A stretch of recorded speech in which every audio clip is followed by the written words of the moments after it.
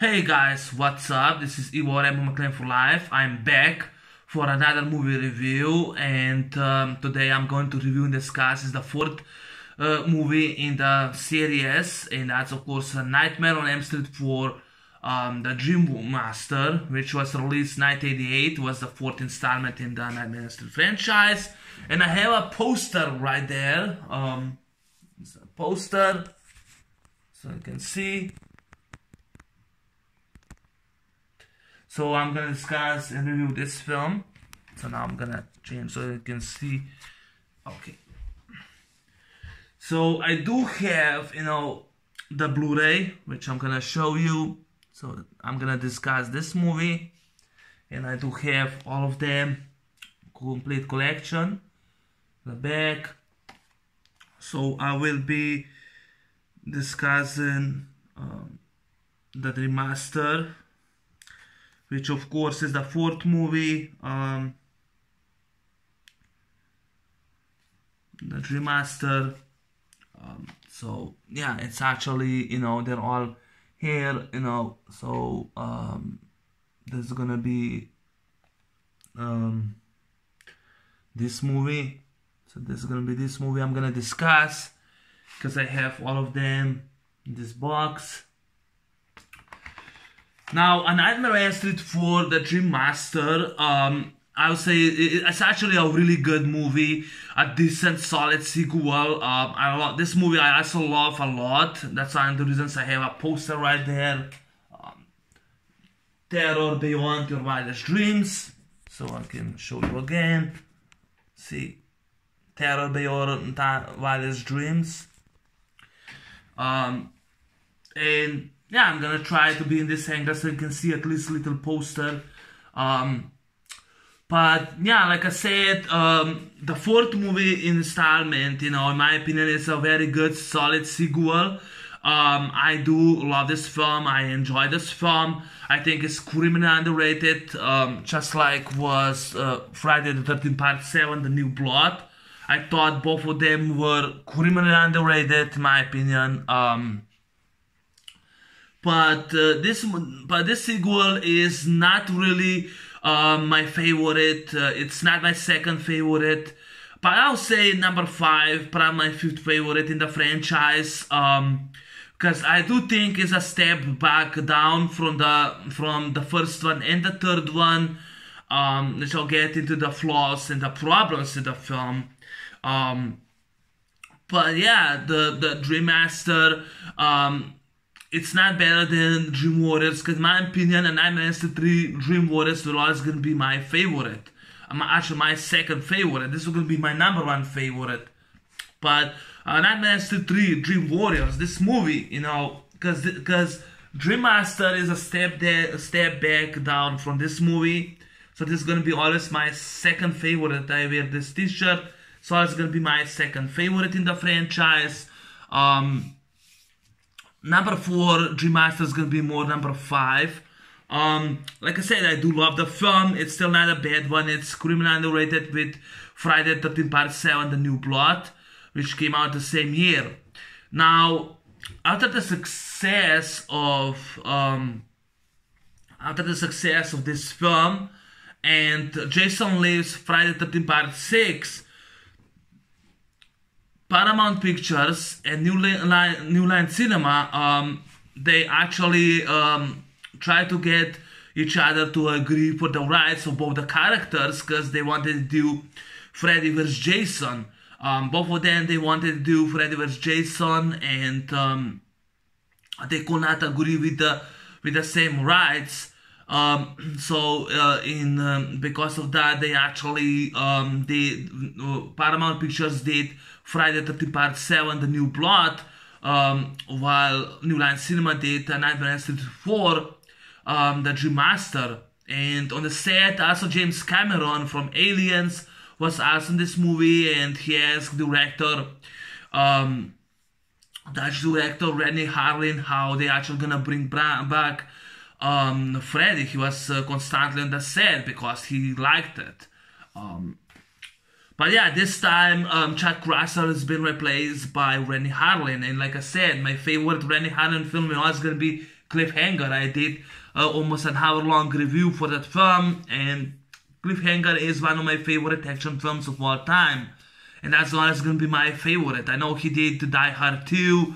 I'm not a fan of Die Hard 2. I liked it. I like the film, parts of it I like the film, but there are still problems with Die Hard 2. The same as the problems with Elm Street 4, the remaster. But I'm still gonna put Live Free or Die Hard Part 4 above Die Hard 2, that's just me.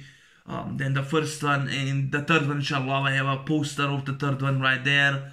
But yeah, I'm actually a fan of these films, you know. And Nightmare on Elm Street 4, I am a fan of the film, but there's still problems for me. Now, Kristen Parker, she's been now replaced by Tuesday Night. She was a pop singer at that time.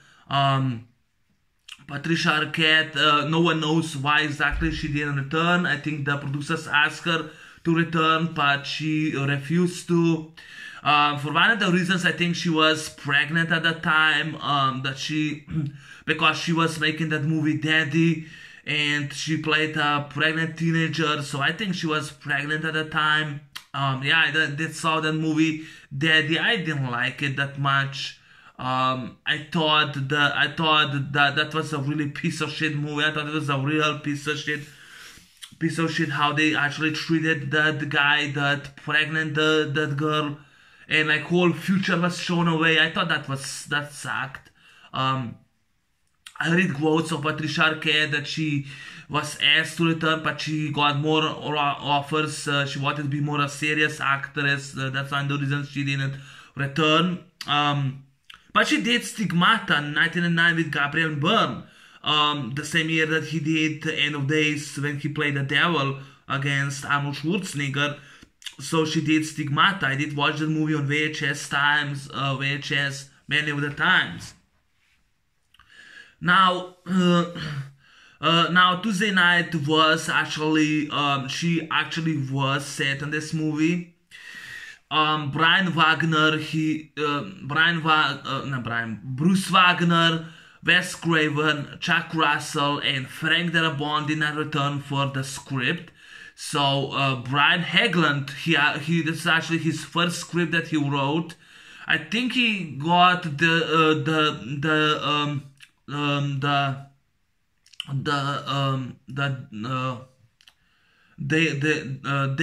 I think was he got like 6 days to write the script. If he misses the studio New Line Cinema, if he shows up with the script 1 day late, they're not interested in his script. So I think he flew to New York. I'm not pretty sure, but he worked day and night on the script, and he finished it before the end of deadline. And he returned with the script. Rennie Harlin, that director, he wanted to be the part of this film. He wanted to be the director.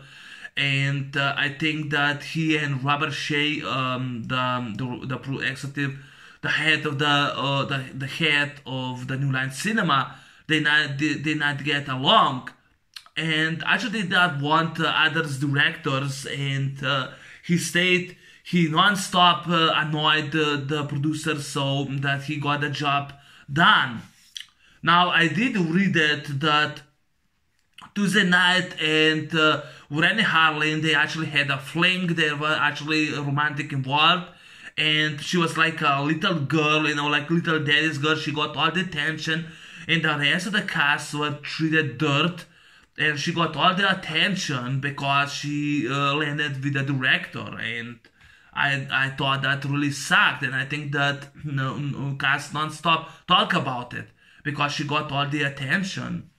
I did hear that Tuesday Night was not a nice person in real life. I'm not pretty sure if that was, I don't know if that was true because I never met the actress, the singer. But I did hear that there was a lot of people that they actually were kinda really not happy with her attitude. I did read that there was this guy that 10 years ago that he actually tracked down on her concert Tuesday night. She was with her mom, and he approached her for the autogram, and it turns out that she was really nice, and she had an interview with him. They even had pictures with him, and they were both happy because he was a fan, and I thought that was nice. But what he wrote, that he heard, that she screams a lot, that she wasn't such a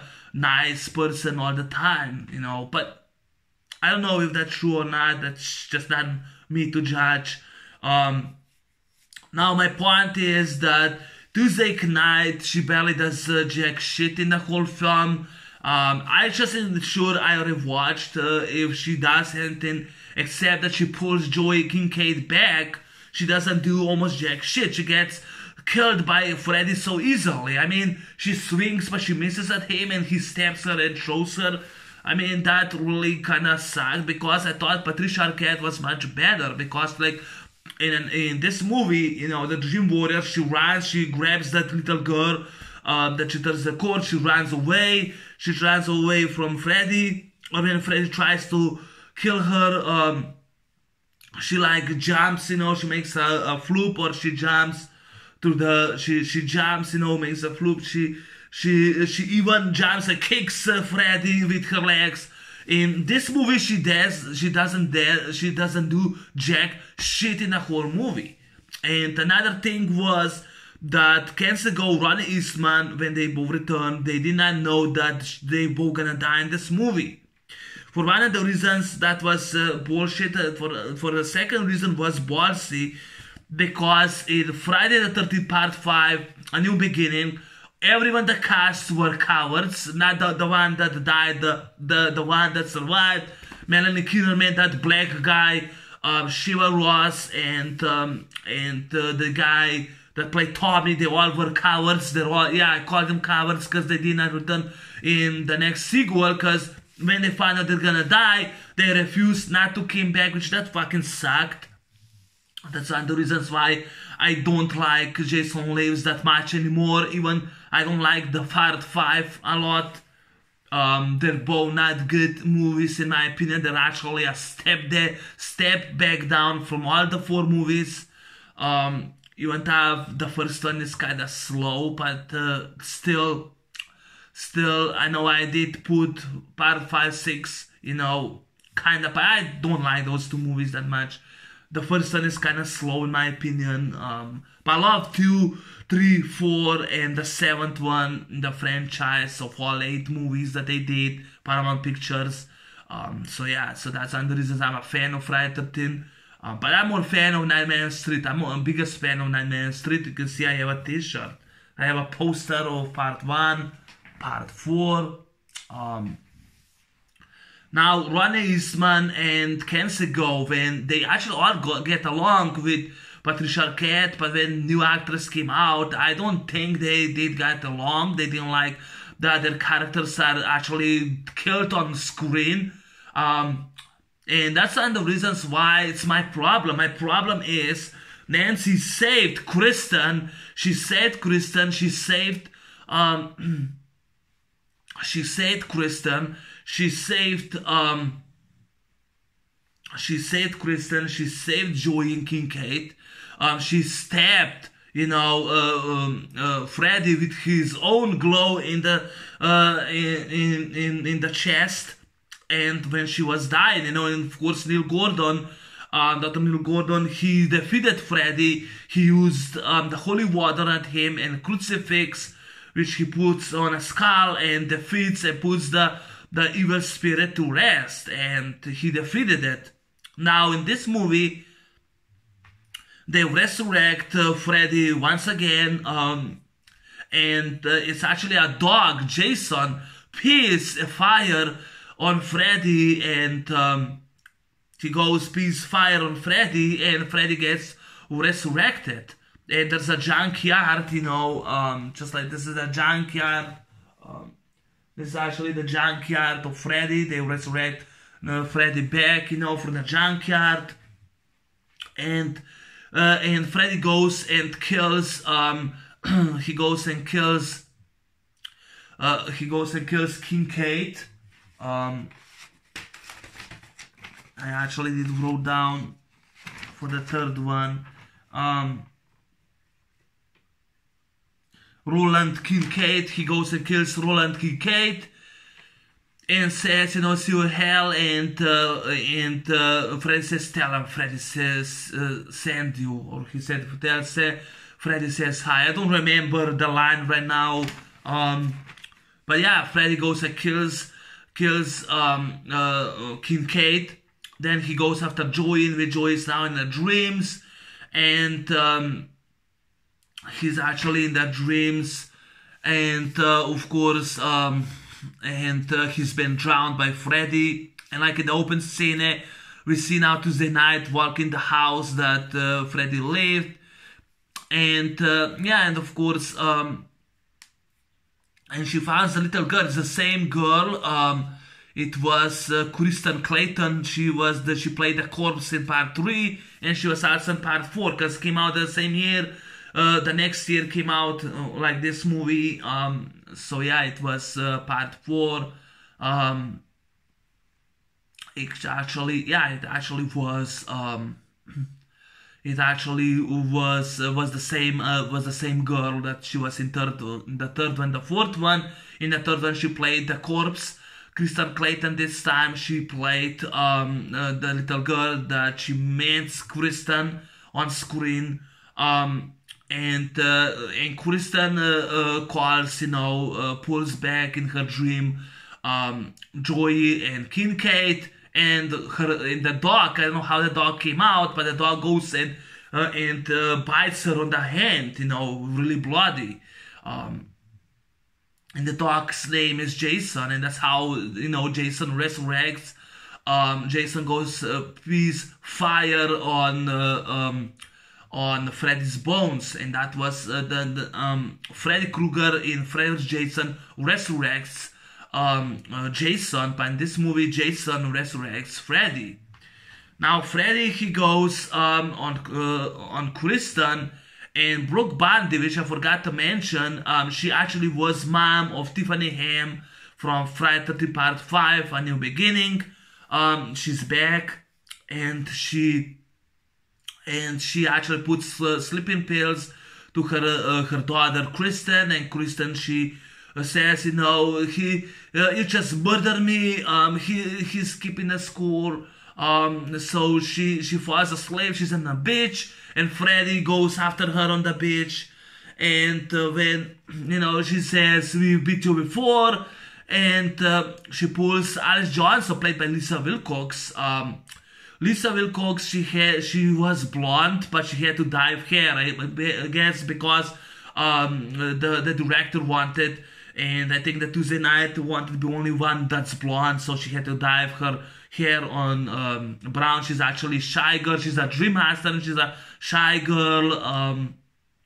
And yeah, she's actually is a shy girl. And she pulls Alice in her dreams. She slaps her. She says sorry. She hugs her. And then, you know, Kristen, she gets killed. She just jumps, you know, she sacrifices herself, but she jumps on Freddy, and she gets stabbed by Freddy. That sucked, and she's showing the fire. And, you know, she gives her power to Alice, and Alice, she wakes up. She goes now to find out to Kristen. Kristen burns, she dies. And now, you know, Alice, she actually falls asleep in the class. And Sheila, she's actually been killed, you know, by Freddy in the asthma. And that was, I think it was Toy Newkirk that played Sheila. She gets, I think she says, size of a meter. I don't remember that line either. I don't remember that lines much I did for the third one. But yeah, she actually was killed on asthma.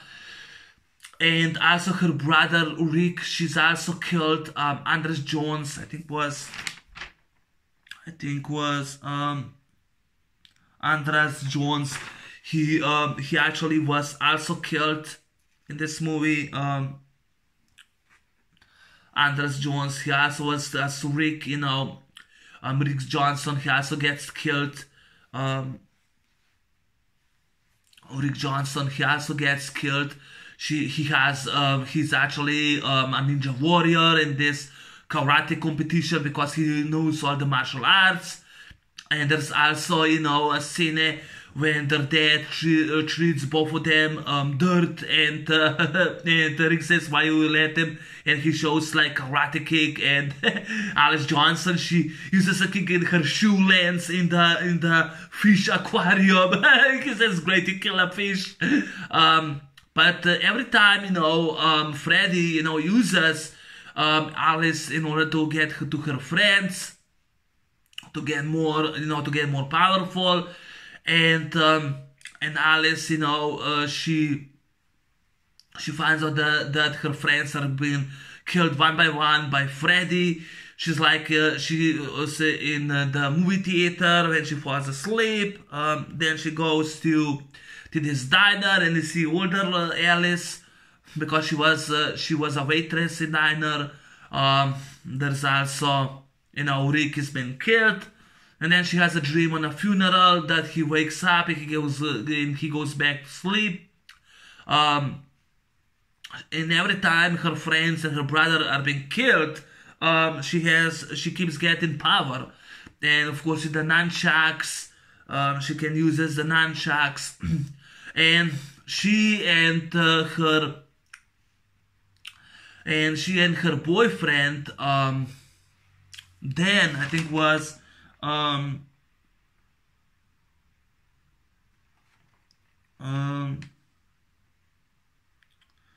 Dan Jordan, played by Danny Hassel, are the final one, and there's also the scene where they actually in a time loop. They try to warn, they go and try to warn,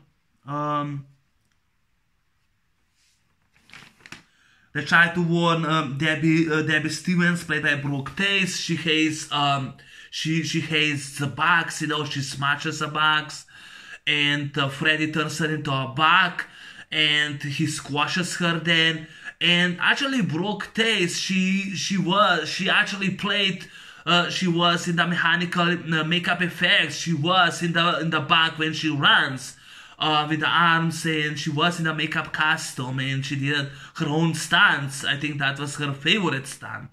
But my favorite kill would actually be Debbie. That's the best one. The part.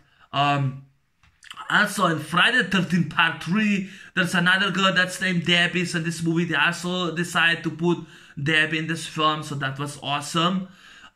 She's been actually being killed, and of course now Freddy, Alice and Dan are the final ones, and they actually have a car accident, and she tries to stay him awake or he's gonna be killed. So because there she goes to the hospital, and Alice, she rushes home, and her dad, Dennis Johnson, doesn't know what's going on because they have a car accident. She rushes home, she uses sleeping pills, and great music score by Craig Safan, and by the music score, Go West, Don't Be Afraid of Your Dreams, which was by the music score from Go West, Don't Be Afraid of Your Dreams. Craig Safan did music score, and Alice Joyce turns into a pure badass.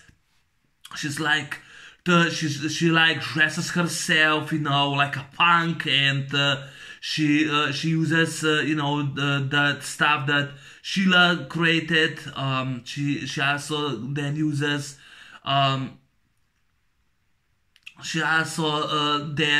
makes a ponytail, and she throws she uses the pictures, and that's a reflection in her mirror, and from shy girl she becomes a total badass, and that's what makes her with her reflections in the mirror, and she smashes all the mirror, and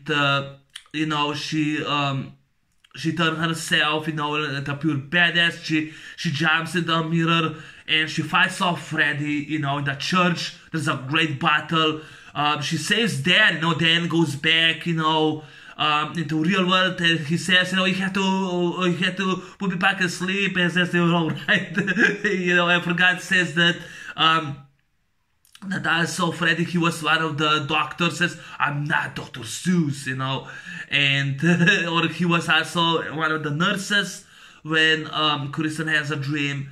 And the final battle in the church, I love that, when Alice goes and fights off, she uses martial arts, she uses flying kicks on Freddy. She also uses, that stuff that Sheila created, and she makes like a hole at him. And by the finale, she uses, she goes and she uses the mirror, the reflection of the mirror, and she says, let all the children, the souls go, and she destroys him with the mirror, and she kills him, and she kicks his gloves, or he says, I keep my game on time, bitch, and yeah, she goes and she kills him, so that, was kind of badass. And by the finale, she wakes up, she slept like $1,000,000, and she's back with Dan. And then of course, the movie ends, I love the music scores, music songs by Dramarama, Anything, or the music score for Rick when he uses martial arts. And of course, he also, I just love the film, I love that. My favorite death kills scene will be Debbie. Rick also, he gets killed when he's in martial arts, he gets stabbed by Kruger. And there's actually an explosion when Rick dies, and Alice screams, and the window in the classroom explodes. I love that scene. Great special effects, I think, was by Greg Cameron, I think. I'm not sure. Brian Hegland did a good screenplay for this film. And William Cotton Zwinkle, he also helped wrote the script. But yeah, you have a good music score. I actually have the music score from Go West, Don't Be Afraid of Your Dreams. I have the music score in my cell phone. Yes, I have in my cell phone. I also have Anything by Dramarama, and also there's also another score when Kristen Parker drives the car and they see her reflection in her. There's another score music score that I love. I don't remember all of them, but it has a really good music scores. Director John Carl Bickler, rest in peace, he actually thinks that his movie and A Nightmare on Elm Street 4, the Dream Master, has connections, that both the unique heroines, Tina Shepard and Alice Johnson, are using their powers to defeat the monsters that they actually released. In this movie, Alice Johnson did not resurrect Freddy. It was actually Jason that resurrected Freddy. Lisa Wilcox did a fantastic job as Alice Johnson. She did a great job. She was awesome. Yes, she was great in this movie. She was fantastic. She's one of my favorite heroines. I love Lisa Wilcox's performance. Even though Tuesday Night got all the attention, Lisa Wilcox's performance beat Tuesday Night. She was great. Lisa Wilcox, she also did a filming locations. I think she also did a video in which she showed filming locations where they actually filmed part 4 and part 5. I think she actually showed more part 4 when they filmed. She's one of the nicest actresses, I think. I never met personally any of the actresses, but I think she's the nicest one. She did a great job. She's the cutest one. Alice Johnson was fantastic.